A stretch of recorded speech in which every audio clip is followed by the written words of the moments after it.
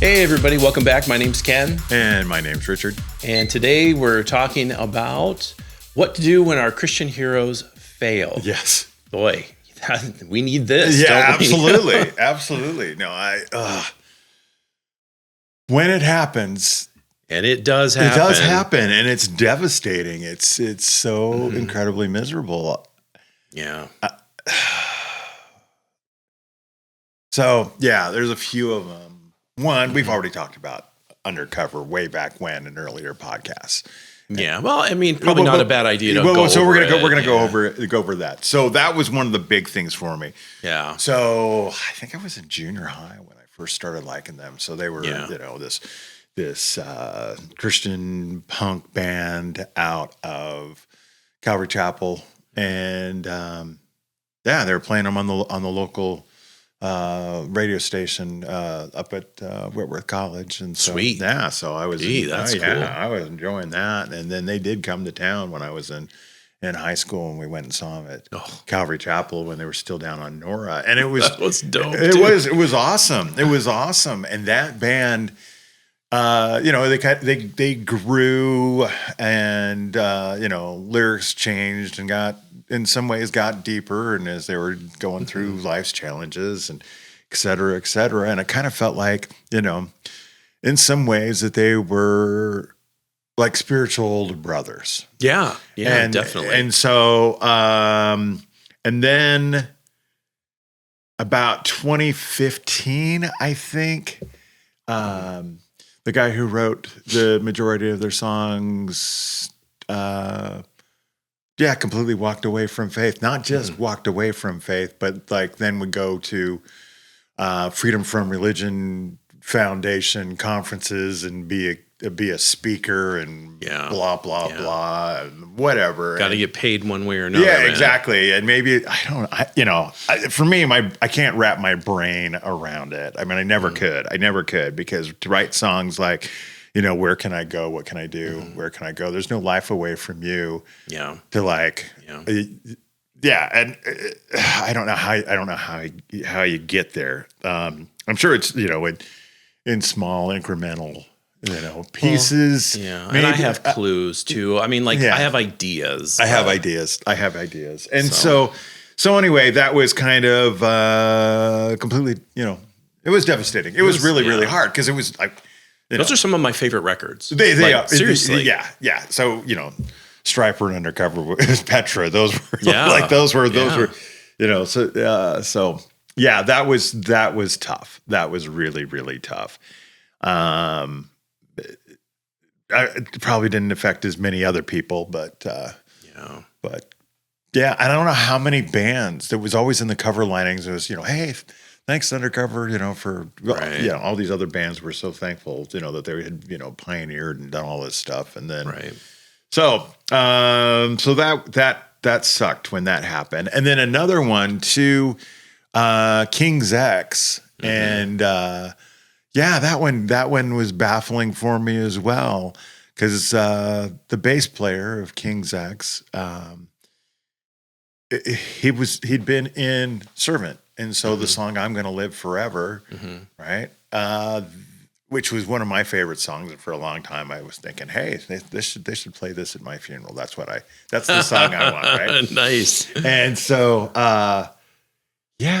and then he's completely walked away from faith and is anti Christianity, atheistic. And then one of the other guys in the band is like, well, maybe there's a God out there, but Jesus isn't it. And maybe one of them is still a believer, but I used Undercover and King's X when doing ministry, right? And I put them out there because, hey, here's this stuff. It's got a good message, blah, blah, blah. And in fact, I have a list of songs that is my spiritual survival mix that and it starts with "What Is This" by King's X, so all about the faith to keep on going. I still listen to it. It's weird to me in a sense. It's like I can't listen to it without thinking they left Right. They left it, but it still encourages me. And that's the weird thing. And some stuff still can, other stuff I can't go back and touch again because it's just too tainted. Really loved Ravi Zacharias. Oh my gosh, that one was the worst. That ever. one was really, really horrible. And I saw him at a Billy Graham conference, and he spoke there and was awesome. And then I used parts of that message, giving it to people when I was over in Scotland, and I gave his books to my son, and my son watched a lot of his stuff, and then to come and find out, all the disgusting stuff that he was mixed up in, that was awful. Yeah. We talked about Bill Hybels. I'd had my youth group. We're going through and reading Rediscovering Church, and so that kind of stuff just makes me sick. It makes me ill in a lot of ways. Newsboys. There we go. That's another one. Because I took youth group kids to go and see that. And then one time we had shown a Newsboys concert, and I can remember the kids just absolutely loving this Newsboys concert at youth group, and they were bouncing off the sofa and whatever, and just like having as one is bound to do. Come on, because we had old sofas there in the youth group room, and they just absolutely loved it, and and I'd taken them, some of them to Spirit West Coast, and they saw the Newsboys. One of the first things I had taken Graham to at Laguna Seca was Spirit West Coast, and so he was there for that. And then when they were here this last time at the old Opera House, I went with my son, and so. It's so gross. I mean, maybe there's certain years, and I don't, obviously I'm not privy to what musicians do on their off time, right? Right. But there's certain years that I think might be less tainted, messed up as that sounds, and so, So my thought is, with some of this, if it can still minister to me,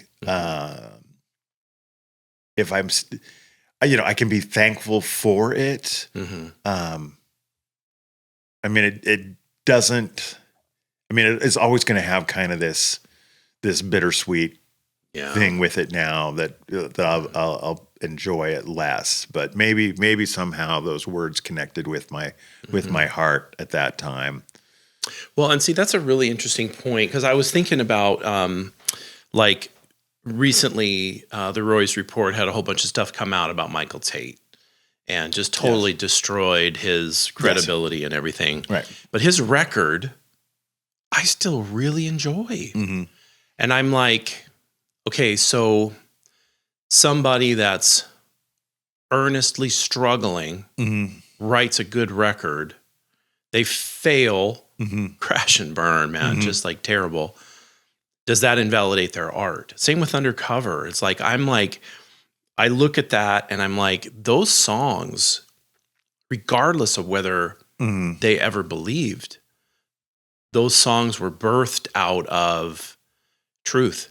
And it doesn't change it just because they fell away. Right. And so, I'm with you. Like I still like, when I first went to listen to Michael Tate's record again after the scandal, I was just like, man, should I be doing this? Should I be giving him this, 8 cents of revenue when I stream this record or whatever? And I was like, you know what?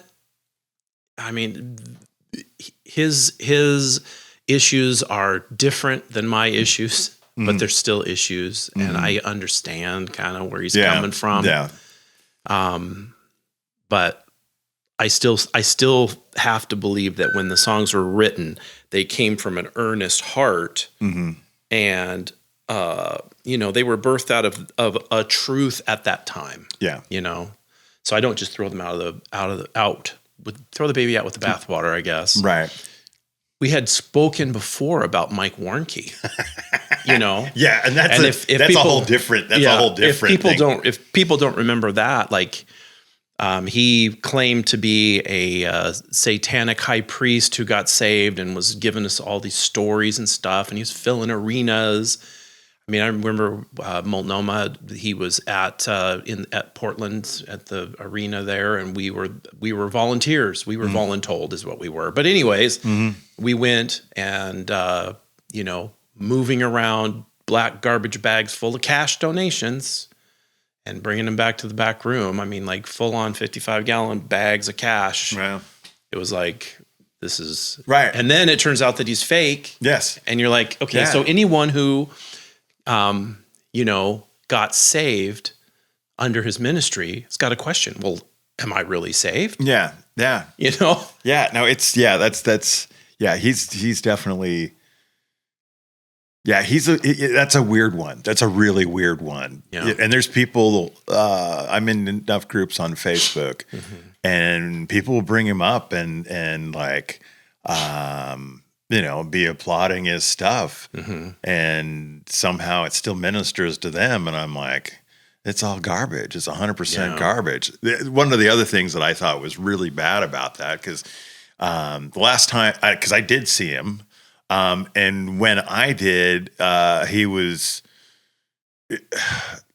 part of his spiel for like, giving money to him was, we do all this stuff for all these kids who are, coming out of, satanic ritual abuse. Right. And they had a number, but the phone was left off the hook on purpose. So it just ring. And so they didn't do anything, but they were claiming that they were doing things. Well, that seems like a pattern. Yeah, it is. It is. Sometimes it's just straight up fraud. Yeah. And all of his stuff was a fraud. I mean, they came out that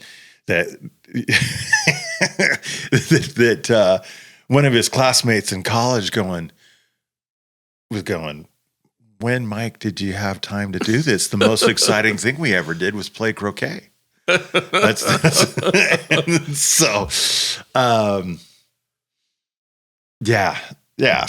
so now let's go back to the musicians. Yeah. It's amazing that for whatever reason we hold up musicians as being some sort of beacon of truth or some sort of something, and they might be really good musicians, but that doesn't mean that they're spiritually mature or that they have any kind of decent theology or anything, that they have any kind of training for actually doing ministry. So you just gotta hold it. Any Christian heroes that you have, I think you really need to hold on to them loosely, because people are people. People are weak. People are tempted. The chances of people crashing and burning are way higher than you would think. Yeah. I guess, I don't know how many Christian authors or even Thomas Kincaid. Right. So he was having an affair, and another the famous Christian author came out that he was having an affair, and my wife and I really liked some of his books, and it was just like, yuck, but yeah, if stuff ministers to you, I mean, if you can, if you're able to hang on to it, if it doesn't just smell so bad from all their junk that they did, enjoy that, but hold them really, really loose. I'd say don't get yourselves too horribly invested in just any one. I mean, they're not the Messiah. No. Right. For sure, idol worship You don't really want to do that. I have lots of friends who have lots of tattoos, and I've thought about it at time to time. I really love Celebrate Recovery. Part of me wants to get a Celebrate Recovery tattoo, and part of me is going, you know what? Anything could happen still. I mean, I love the ministry, but anything could happen. Yeah. And then I'd have something, if they crashed and burned. A permanent reminder of something another thing that failed. Maybe I'd jinx it if I did put it on. I don't know. So if I was going to get a tattoo, the only tattoo I would ever consider would have to be religious. Yeah. Because I don't, just Jesus, that is not going to change. Just Jesus. Yeah, that's not going to change. Yeah. Everything else may come and go. Yeah. But yeah, they were like, what was it? The old military ones that said mom. Yeah, right. So any thoughts that you have? Yeah, I never finished the song, but there was a song I was working on that I had started to write.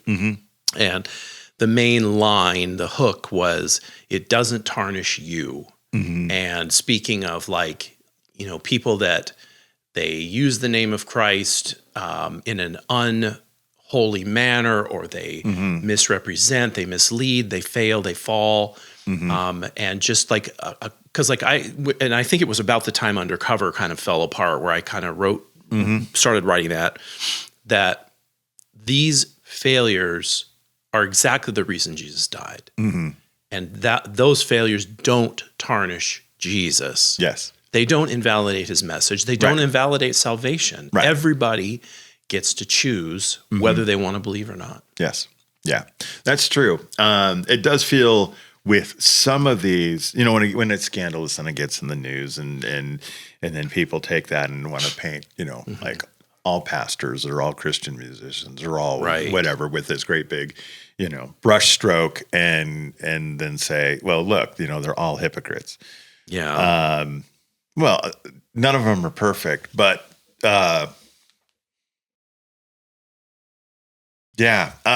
any excuse will work. Any excuse not to come to faith. That's really easy. You could probably somebody could come up with a million excuses not to. And I also say, well, any excuse that keeps you from coming to Jesus, that's also your idol.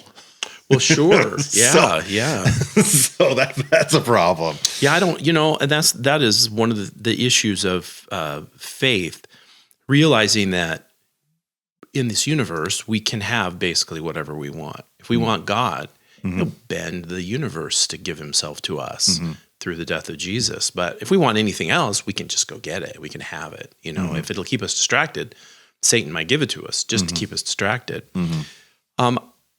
You had mentioned earlier, specifically about Undercover, that they came out of the Calvary Chapel system, and they kind of, they grew up there and started doing music there. And I think that, I went to Calvary for a long time, and I've seen this, we didn't have nearly as many bands come out of our church or whatever, but it was kind of it was a model. Yeah. I had seen it before, where musicians are kind of raised into leadership before they're ready. Right. And I think that's probably a lot of what happened to Undercover.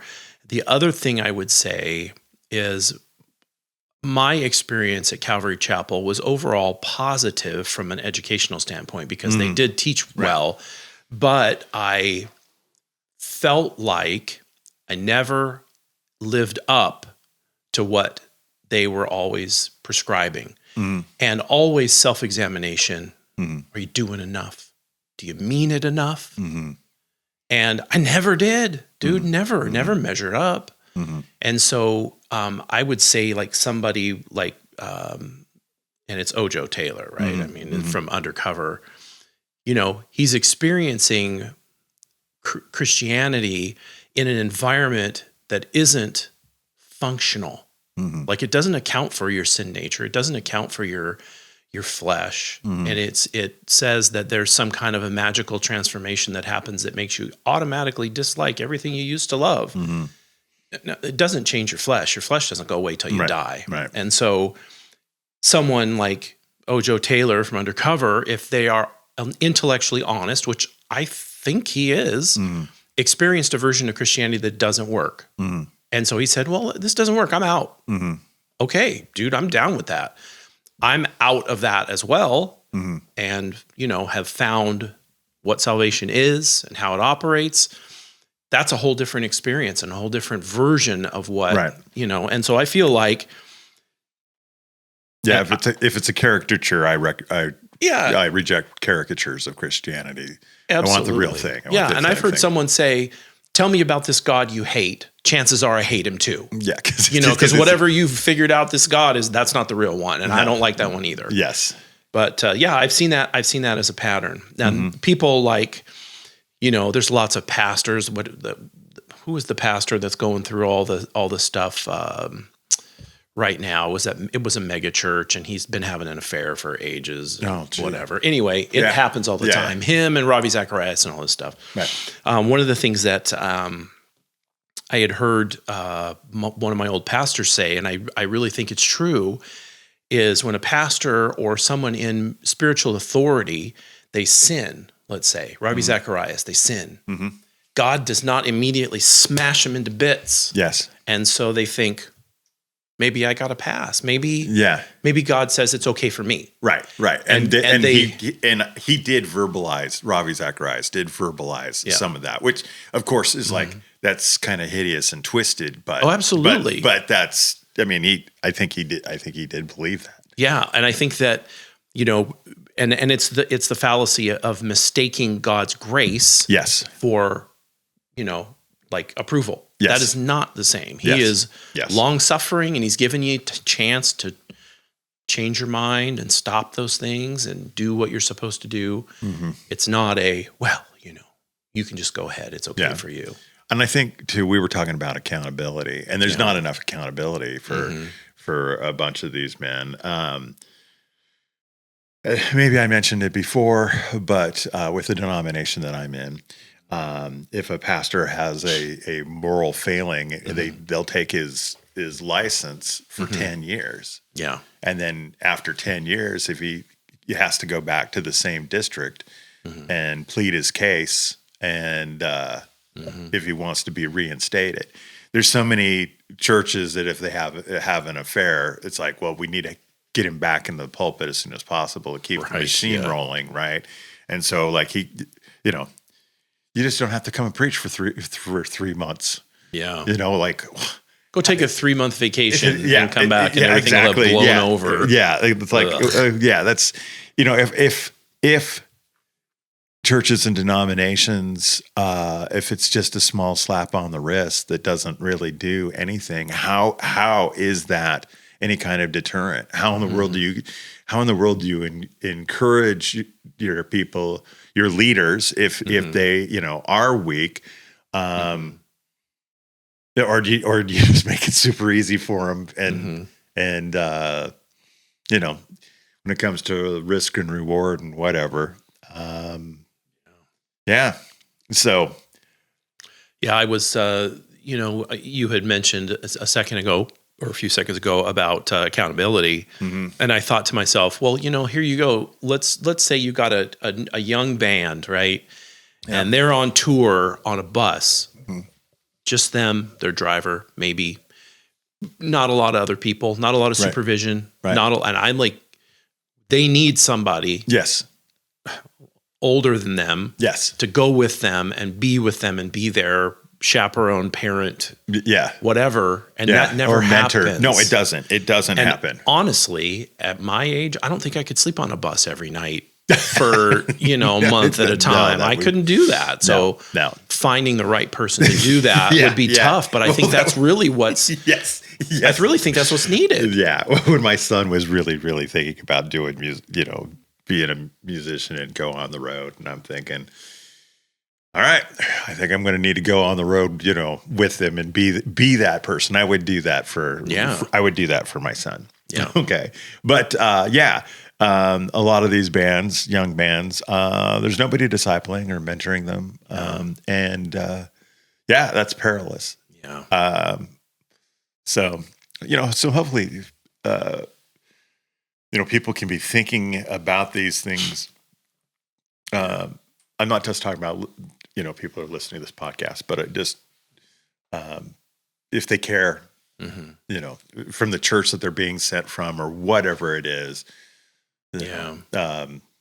Think about mentoring and discipling and helping them to be able to survive in, well, it's music industry is just kind of a meat grinder anyway, unfortunately. So anything else? Well, yeah, I want to be sure that we, you know, if somebody has had a hurt from a leader or a church or whatever, just want to state it again. They do not represent Jesus. And that's our motto. You know, if you heard us say something stupid, hey, blame us. Don't blame Jesus. Same with, you know, if you're in a church and some leader is a tool and treats you shabbily and does things that Christ wouldn't do, that's not a reflection of Jesus. That's a reflection of that person's flesh. If he's walking in the Spirit, those things won't happen. Yes. But it's not Jesus's fault. No, it's definitely not. Don't give up, man. Don't give up your faith just because, you know, if that happens, man, find a new place, find a new church. There are churches and people out there that love God and just want people to grow. Yes. That's where you got to go. Yeah. That's where you got to go. Yep. All right. I think that was good. That was good. All right. Well, hey, we say the same thing every week, but we mean it. We'd like to hear from you. If you could leave a comment. Yes, please. Subscribe, thumbs up, all that kind of stuff. We would surely appreciate it. And as we always say, if you heard us say something stupid, remember, don't blame Jesus. That was our fault. We'll see you on the next one.